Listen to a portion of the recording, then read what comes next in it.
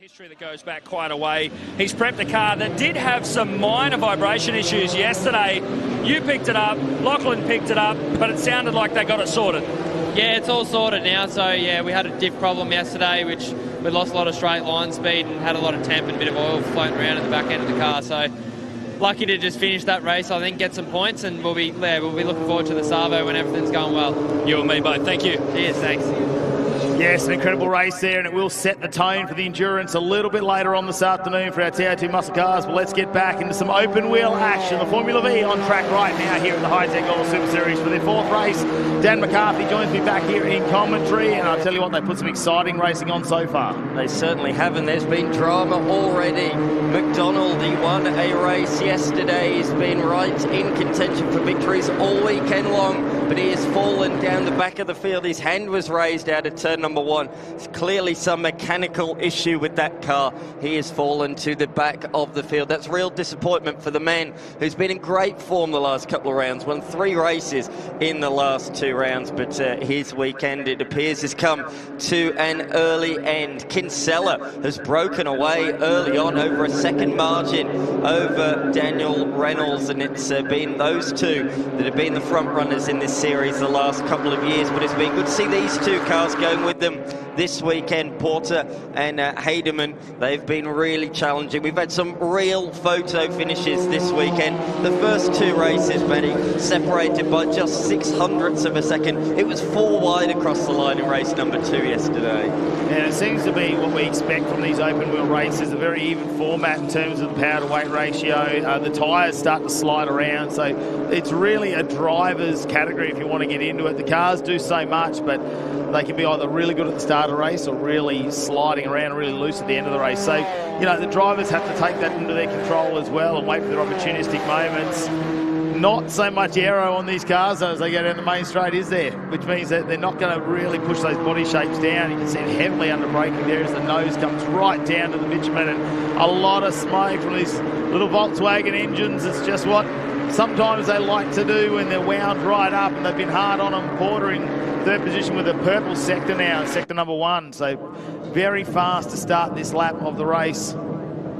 Yeah, it didn't look good, did it, from the Harriet machine. Matthew Harriet, Queenslander, in his Polar MD 0501. Oh, mistake running wide there for Reynolds. They're now 3 wide as a result into the final corner. He does have the inside line, and the high ground as there's a lock-up directly behind him from Porter, who was, I think, a bit caught out with how early Reynolds was on the brakes. They're still side by side on the main straight. This time, though, it's for the position behind. This is good racing. They just about stayed away from clipping any wheels, and they are continuing to circulate. But with that mistake or off-track excursion anyway from Reynolds, the margin is blown out now to over 2 seconds. And in Formula V, it's all about toes, it's all about slipstream. And when you've got a 2-second margin, you're almost out of that drafting window. So that is great news for Kinsella, the 4-time champ, leading the way early in this one.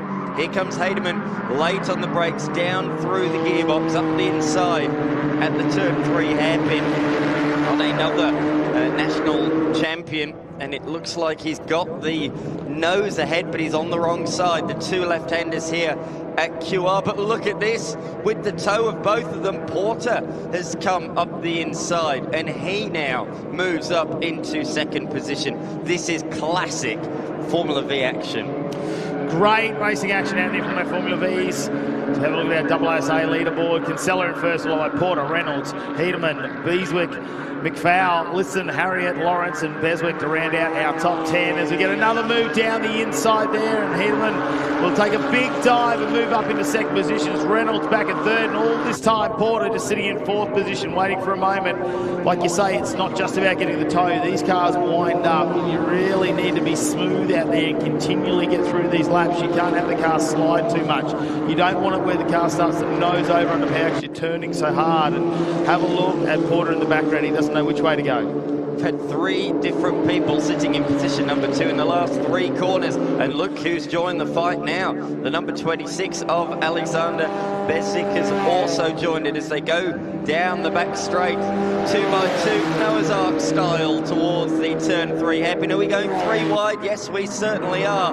Can't quite do 4 wide. I think that's simply because the track's not wide enough. They would if they could. Through turn 3 and on the power. Who's got the best run? I imagine those 2 behind in the tail be looking left, looking right, down towards turn 4. J-Mac, what's your thoughts on this? Reynolds did a really good job to manage track position on the way into turn 4 there, leave the 3 behind him to scrap it out and potentially catch a wheel. It's one thing that I haven't really seen an awful lot of this weekend. The Formula V's been open wheeler. They're just very easy for them to lock wheels if they start to get a little bit too gregarious with any passing manoeuvres. Here we go, 3 wide on the run into 6, heavy on the brakes, it's almost getting tangled up. Look at him rotate, big handful of opposite lock for the 44 of Hedderman as they tag the hubs. It's going to be close. It's a drag race across the finish line, and we are still 9 minutes left on this race. Yeah, the intensity is already at 1,000,000%, and as you say, we're nowhere near the halfway stage even. This vigorous fight has allowed Reynolds to break away, or sideways there for Haydeman, who's got it back on the road, but as a result he's relinquished 3rd position back to Porter. It changes every time you blink your eyes. It's changing that quickly at the moment out there. This is some awesome racing here at Queensland Raceway down the back straight. Here we go again, 2 wide, potentially 3 wide into the braking zone. Who's going to be last for the late breakers? It's going to be Porter that's going to hold on ahead of Bezic, who's got through on Heidemann, or has he? If Heidemann can keep the nose there, he will have the inside. Look at the camber on those rear wheels. Yeah, Bezic looked to try and put a move down through turn 3, had to relinquish track position, and this has meant that he is tacked on to the back for position 5, right behind Hedderman. Hedderman trying to catch up to the gearbox of Porter. On the run up into 6 now, Porter looking good. Last lap was, just having a look, somewhere in the order of a 126. Here we go, heavy on the brakes here as they are nose to tail across the finish line. It'll all be about that toe. Look to see who makes the move first. Will it be Hedderman or Beswick? Look at Reynolds, he pulled all the way to the inside. He didn't want to give those 3 any kind of toe behind, so wise thinking from him to pull over, because as we say, these cars, they're pretty low powered, as the name suggests. Formula V VW engine underneath them, and they are pretty low powered, and it's all about momentum. A bit of a signal there from Porter to say, yeah, come on through. Mirror, adjusting the mirror. Oh yeah, well spotted, well spotted. I thought he was saying come on through, I botched my exit, but he didn't seem to botch his exit at all, so mirror adjusting. Nevertheless, despite that, through again comes Heidemann. Yeah, Hedderman again, big handfuls of opposite lock through turn 3. He's going to hold off the exit there with Beswick really going out, taking a bite out of that short track transit road. Here we come, the run into 4 now. The running order looks like this. Kinsella out in first over Reynolds, with Porter in 3rd, Hedderman in 4th, and Beswick rounds out your 5. This is the number 35 machine on screen now. That's your race leader, Kinsella.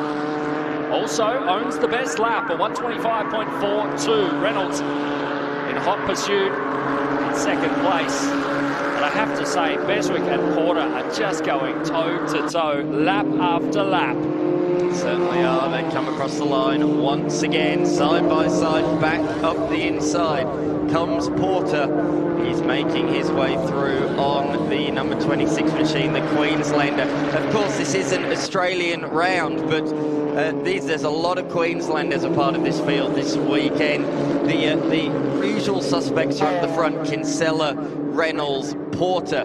McDonald would have been had he not retired on the opening lap, but there's a few Queenslanders, some real wildcards thrown into the mix that's really spicing up the action this weekend. Let's have a look. The move goes down on the run into 3. That'll be Porter on Beswick.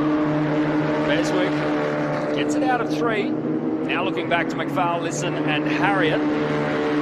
Little bit of smoke coming out there. That's I know these Volkswagen motors are a little smoky, but that seems to be a little bit excessive, Dan McCarthy. I agree. I do agree with you there. That is definitely smoking more than you would expect. There was a lot of smoke coming from Daniel Reynolds on Friday in qualifying. He seemed like more of a steam train than a Formula V machine, and those cars behind couldn't probably see where they were going, to be honest, but that seemed to affect his qualifying performance, to be honest. So smoking a V normally doesn't mean a high pace, shall we say, but he's going all right at the moment. It's just smoking occasionally, isn't it? It seems to me under load, either under brakes or under acceleration. Yeah, it's interesting. It's a big puff all of a sudden, almost like he's grabbed the gear and it's just pulling a little bit past the valve stem seals, but all speculation, and we'll wait and see how it all pans out. Kinsella off to a handy lead, 5.4 seconds, and on screen now, battle for 4th and 5th. Isn't even for a major placing, Dan. That's right. It isn't, but it's all about round honours where they're going to finish overall, and it's been really tight all weekend. These guys have always been fighting each other, and we've had so many side-by-side finishes, I should say, in the V's this weekend. As we've always seen, let's not forget we called a race at Sydney, the last round of this championship, decided by 1/10,000th of a second. Yes, that was definitely one to look at. For those of you that aren't too good with the decimal system, that's going to 4 decimal places. Most timing systems stop at 3. Yes. Yes, we needed that last decimal place, didn't we? It was quite crucial to determine the outcome of that race as they hit the little strip once again, the little run towards turn 6. Oh, big move shaping up around the outside. Can Porter get it done on Hederman? No is the answer. Has Porter broken the back of Beswick? Or will he be able to get the number 26 up onto the gearbox? Look at it, Hederman trying to get out and make life difficult, not create a tow at all. You see him jinking over the track, and it looks like the move will be done before turn 1, Dan.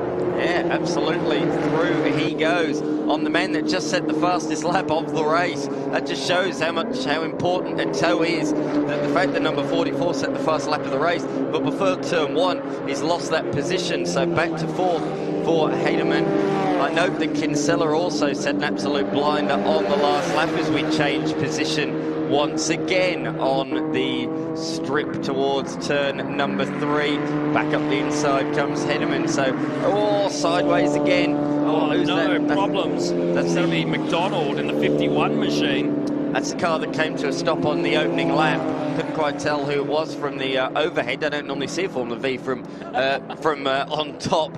So that was McDonald. What a shame for him. He's been really good though this season. He's shown real promise, real great performances throughout the season. Yeah, okay, the result's not gone his way in this race, but overall again another fantastic round for him.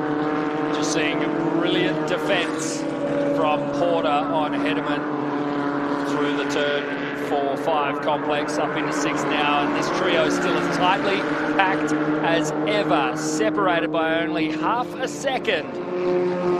These 3 fighting have allowed Reynolds to get away, and away by quite some margin. He's 4 seconds down the road now. If you remember on the opening laps, it was Reynolds that was fighting these guys, and that's what allowed Kinsella to pull away. To give you a comparison of how much of a margin that is, the first 3 races of the weekend were all decided by less than 600ths of a second. And this one, and now with a 6-second lead, Kinsella over Reynolds. That just shows how important the slipstream is. If you break away from the slipstream, you can quite convincingly take a win. It's not a bad conversion rate, going from gaps of 600ths of a second to 6 seconds. 6 seconds, exactly right. As the jostling for position continues for 3rd position on the road. Importantly though, Porter will be really wanting this 3rd position. We said about these Queensland wildcards coming in this weekend, Porter needs to finish 3rd, close to his championship rivals Kinsella and Reynolds. If Hederman or Bezic get in the way of that, that's just costing him points in the championship. Tell you what, Kinsella looking racy out there, a beautifully turned out machine, now drawing up onto the back of lap traffic. Butler and the number 65 entry for the checkered flag. Kinsella. Oh, here we go. It is going to be a drag race to the line for 3rd. Who's in front at the moment? It's Hederman, but is he going to be pipped at the line? No, not quite. Across the line The three of them come separated by just a tenth and a half. Third to fourth, the margin just 1/100th of a second. A typical Formula V ending there, J-Mac. Beswick and Lawrence back for 9th and 10th, duking it out. It's a drag race to the finish. Has Lawrence got anything in the bag? It's do or die. He moves out and will be half a car length back. The number 27 grabs 9th position by 0.07 of a second. That's huge compared to some of the numbers this weekend, isn't it? Dear, oh dear me. Here then are the official results. Kinsella taking it comfortably ahead of Daniel Reynolds. What a race though for third. It was Haderman that came out on top. Had a Curtis Porter and Alexander Bezic. Then we had McFall, Harriet, Lisson, Adam Bezic and Lawrence rounding out the top 10. Chris Behan brings it home in 11th with Robertson, Westerhout, Lisson and Ridgestein rounding out your top 15. There was James Cornford, Adrian Taylor, Peter Butler, Alex McDonald and Warren Mark for your top 20. Well, there was certainly a lot of highlights in that one. It's a very even jump on the front row of the grid. We saw a bit of smoke there from Daniel Reynolds as the lights went out. But straight away, Kinsella was able to break away as those behind jostled for position. This was one of the notable moments early on with Harriet right in the thick of the action. But this was a fight for second position. Haderman, Reynolds and Porter. That fighting then allowed the next car to follow in as well of Bezic, the number 26. There was a bit of contact midway through the race, but other than that, they kept it clean. Yeah, that was really the only incident that marred the entire race, aside from McDonald pulling off the infield there later on. There was some bang-up battles, this one between the 65 and the 35. That was at the back of the field as our winner crosses over. And man, oh man, Formula V, I have to say, open wheel, I have a newfound appreciation for them, Dan. Yeah, you said at Sydney, didn't you, how much you enjoyed calling their races, and they just deliver week in, week out, wherever they are, whether it's the Victorian Series, the Queensland Series, or the National Series. Great respect between Kinsella and Reynolds as always. The multi-time champs shaking hands. And Mel, you're down there with our race winners. Well, we seem to have lost P3, but P2, Daniel Reynolds, you really, really had to fight for that one. Yeah, I mean, obviously Michael got a good jump and I kind of got balked slightly by Alex, and it just gave Michael enough that, yeah, it became a fight for second for a while until I managed to get a break. I mean, as always, non-stop action in the Formula V's, different car on every lap, but you just pulled away a bit at the very end. Yeah, that's what it's like around tracks like this. If you can't get a bit of a break, it very quickly turns into a big train, but luckily I found a moment to kind of get half a lap to build a bit of a gap, and from there it was just managing the pace because I was never going to catch Michael.